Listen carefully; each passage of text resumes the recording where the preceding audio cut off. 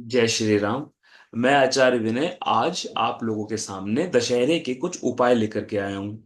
दशहरा जो है वो इस वर्ष 12 अक्टूबर को मनाया जा रहा है। दशहरा जो एक ऐसा त्योहार है जिसे हम अधर्म पर धर्म की विजय के रूप में मानते हैं, रावण पर राम के विजय के रूप में मानते हैं, अंधकार पर प्रकाश के विजय के रूप में मानते हैं। ये जो दशहरा है, ये दशहरा एक बहुत इंपॉर्टेंस हमारे हिंदू धर्म में, हमारे सनातन धर्म में इसका बहुत महत्व रखा गया है। और इस दिन आप बहुत विशेष उपाय कर सकते हैं। तो आइए जानते हैं इन उपायों के बारे में। दशहरा जो है वो विजयदशमी के रूप में मनाया जाता है, विजयदशमी भी इसे कहा जाता है।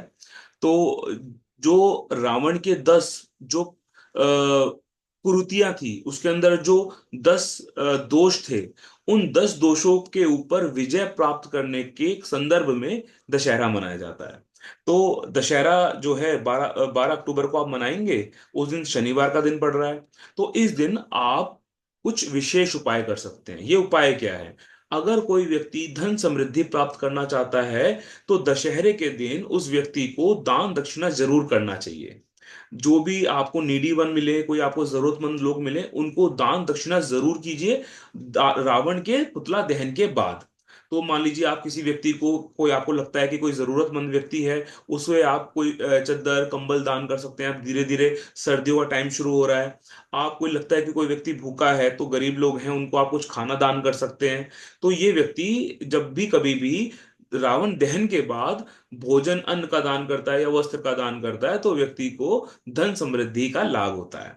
उसी तरीके से अगर आपके जीवन में कोई बहुत बड़ी समस्या चल रही है, जिससे आप उबरना चाहते हो, जिससे आप बाहर निकलना चाहते हो, तो रावण पुतला दहन होने के बाद आप भगवान हनुमान जी के बजरंग बली के सुंदर कांड का पाठ कर सकते हैं। आप विधिवत रूप से इसका पाठ कर सकते हैं, हनुमान चालीसा का जाप कर सकते हैं। आप अगर बोलने में सक्षम नहीं हैं, तो आप सुंदर कांड को सुन भी सकते हैं। सुंदर कांड की आपको पूरा का पूरा सुंदर कांड का जो स्तुति होती है, पूरा ध्यान होता है, वो आपको इजिली वीडियोस के फॉर्म में अवेलेबल होता है। आप उसको सुन भी सकते हैं, भगवान का ध्यान कर सकते हैं। इसके साथ साथ अगर कोई व्यक्ति किसी प्रकार के कोर्ट केसेस का सामना कर रहा है, परेशान है कोर्ट केसेस को लेकर के, झूठे एक्यूजिशंस लग रहे हैं, उस केस के अंदर रावण के पुतला दहन के बाद आप शमी के पौधे के पास एक दीप जलाइए। अगर वो दीप आप शुद्ध घी का जलाएंगे तो बहुत ही अच्छा है, सरसों के तेल का भी आप जला सकते हैं। तो शमी के पौधे के पास आप दिया जलाइए और भगवान से प्रार्थना करें कि भाई ये जो समस्याएं आपके जीवन में आ रही हैं, ये जो मतलब झूठे इल्जाम या एक्यूजिशन आपके पर लग रहा है, उससे आपको जल्दी से जल्दी रिलीफ मिले।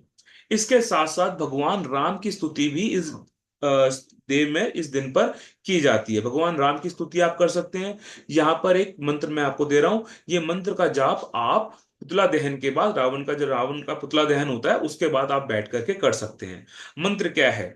पवन तनय बल पवन समाना, बुद्धि विवेक विज्ञान निधाना, कवन सो काज कठिन जग माही, जो नहीं होत तात तुम पाही।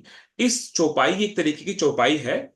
तो इस चौपाई का आप जाप कीजिए, 108 बार इसका जाप कीजिए। भगवान राम का और बजरंग बली का आशीर्वाद आपको मिलेगा। तो ये बहुत छोटे छोटे लेकिन बहुत ही इंपॉर्टेंट और बहुत सिद्ध उपाय हैं। दशहरे के दिन इन उपायों को करने से आपको जरूर प्रॉब्लम से सोल्यूशन मिलेगा। ठीक है। जय श्री राम।